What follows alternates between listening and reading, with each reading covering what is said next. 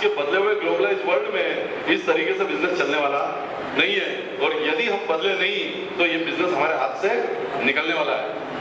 तो हम बार बार बात करते हैं कि ग्लोबलाइजेशन से असर पड़ रहा है और ये चलेगा नहीं, तो ये ग्लोबलाइजेशन है क्या? आइए इस पर बात करते हैं। हम लोग मंडी में अगर कोई किसान आता है अपना प्रोड्यूस बेचने के लिए, तो व्यापारी से पूछता है कि भाई साहब कल शिकागो क्या रहा, केएलसी क्या रहा? उसको नहीं पता ये क्या होता है, और उसको इतना पता है कि अगर ये ज्यादा रहा तो मेरे को पैसे ज्यादा मिलेंगे, और ये कम रहा तो पैसे कम मिलेंगे। ये है ग्लोबलाइजेशन का इंपैक्ट हमारे देश के आखिरी व्यक्ति को असर कर रहा है कि नहीं कर रहा है? हम लोग बाजार जाते हैं शॉपिंग करने के लिए, तो हम देखते हैं कि बाजार में जितना सामान मेड इन इंडिया मिल रहा है उससे ज्यादा सामान मेड इन चाइना मिल रहा है। This is the impact of globalisation. और क्या हो रहा है हम देखते हैं, मैं अपने बेटे को देखता हूं घर में, तो पुराने जमाने में हम लोग शॉपिंग करनी होती थी ना, तो सच धज के बाजार निकलते थे, बाजार में 10 दुकानों में जाते थे और फिर शॉपिंग होती थी। लेकिन मैं मेरे बेटे को देखता हूँ घर में बैठे शॉर्ट्स में, सामने पड़ा है लैपटॉप, टिक टिक टिक टिक कुछ किया, हो गई शॉपिंग। अब बाजार में जो लोगों ने दुकानें इतनी खोल रखी हैं, वहां पे कस्टमर जाएगा ही नहीं, तो उनका धंधा चलेगा कैसे? This is the impact of globalisation. खाली इतनी प्रॉब्लम नहीं है, कुछ पिछले 5-10 सालों से एक नया ट्रेंड चला है जिसको हम बोलते हैं ऑर्गेनाइज्ड रिटेल। कुछ गिनती की 5-10 कंपनियां हैं जो सारे के सारे रिटेल व्यापार को अपने कब्जे में करने में लगी। ये कौन सी कंपनियां हैं? ये कंपनियां हैं बिग बाजार, रिलायंस, मोर, इजी डे, और इस प्रकार की कंपनियां सारे रिटेल व्यापार को अपने कब्जे में करने में लगी हुई हैं। और ये जो हजारों व्यापारी हर शहर में हैं, इन सबका भविष्य खतरे में है। This is the impact of globalisation. Not only this, आपको लगता है हम में से कई लोग होलसेल व्यापार में लगे हैं कि नहीं? कोई डीलर है, डिस्ट्रीब्यूटर है, C&F एजेंट है, उनका भविष्य उससे भी ज्यादा अंधकार में। एक नया कॉन्सेप्ट चला है जिसको बोलते हैं मॉडर्न होलसेल। क्या बोलते हैं? और कुछ कंपनियां हैं जिसमें से हैं best price, DMart, metro wholesale. ये कंपनियां सारे के सारे होलसेल व्यापार को भी अपने कब्जे में करने में लगी हैं।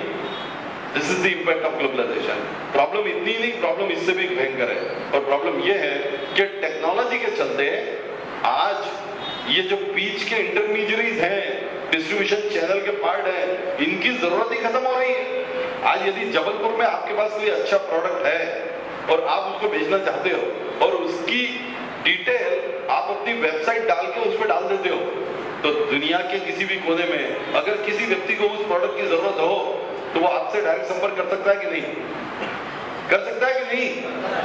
पुराने जमाने में मैन्युफैक्चरर से प्रोडक्ट कस्टमर तक पहुंचाने के लिए एक डिस्ट्रीब्यूशन चैनल की जरूरत पड़ती थी। अब टेक्नोलॉजी के कारण इस डिस्ट्रीब्यूशन की चैनल की जरूरत ही समाप्त हो रही है, खत्म हो गई। This is called process of डिसइंटरमीडिएशन।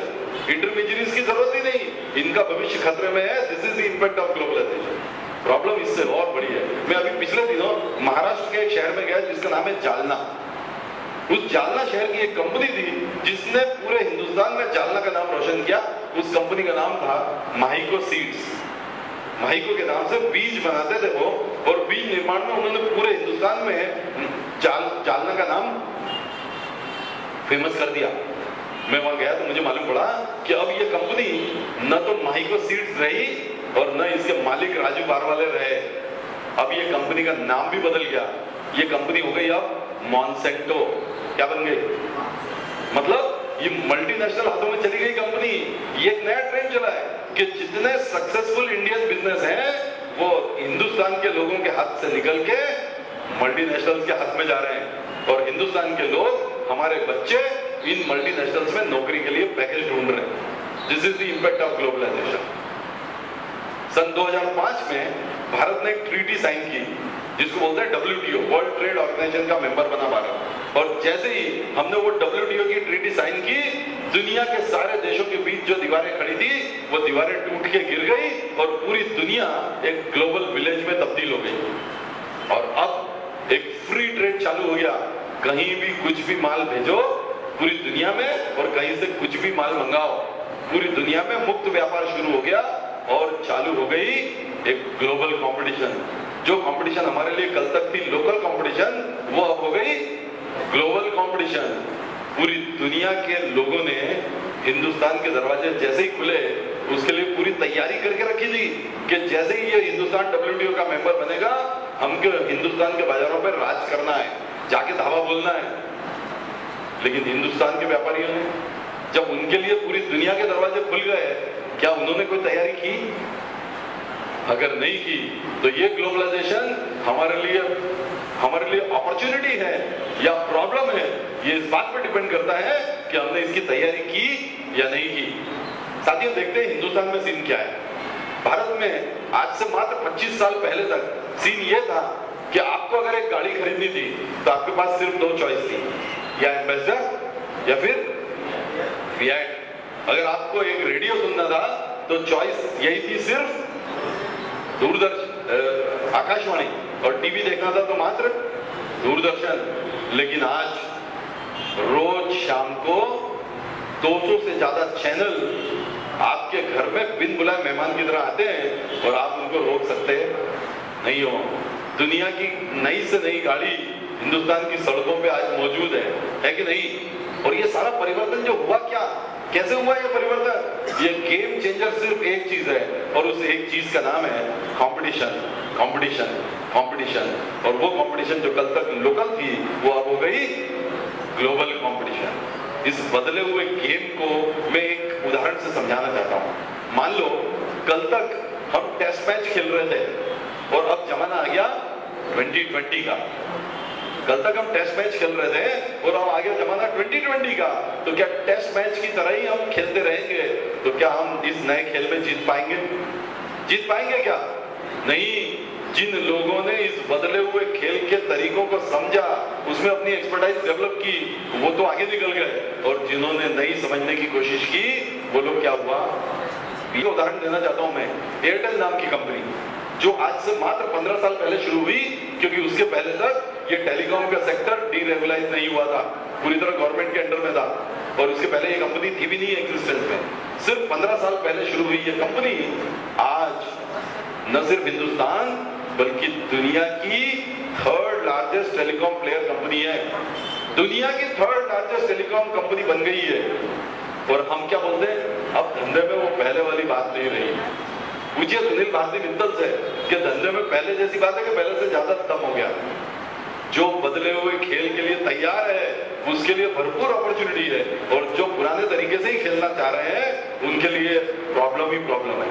ये पुराने जमाने के जो खिलाड़ी हैं उसमें से मात्र 3 खिलाड़ी हमको दम पड़ते हुए दिखते हैं, वो है टाटा, बिरला और रिलायंस, क्योंकि इन्होंने नए खेल में अपने आप को अडॉप्ट करते चले गए, इसलिए वो जमे हुए। और इवन बिरला घराने में भी मैं आपको बोलूं, सिर्फ आदित्य बिरला ग्रुप का नाम चल रहा है, बाकी के बिरला ग्रुप कहाँ हैं? आज सुनाई देते नहीं। सुनाई दे रहे क्या?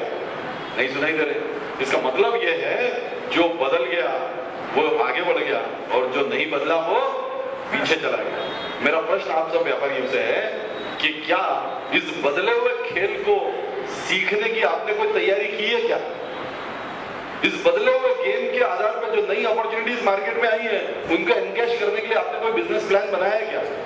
इस ग्लोबल कंपटीशन के चलते कंपटीशन में आप कैसे आगे बढ़े रहे, इसके लिए कोई नई रणनीति बनाई है क्या आपने? और यदि आपने नहीं बनाई है तो आप अभी भी ये सोच रहे हैं कि पुराने तरीके से ही खेलते रहेंगे और फिर भी हम खेल में जीतते रहेंगे। क्या ऐसा संभव है? क्या ऐसा संभव है? कुछ पाने की हो आस आस, कोई अरमा हो जो खास खास आशाएं, हर कोशिश में हो बार बार, करे दरियाओं को आर पार आशाएं, तूफानों को चीर के मंजिल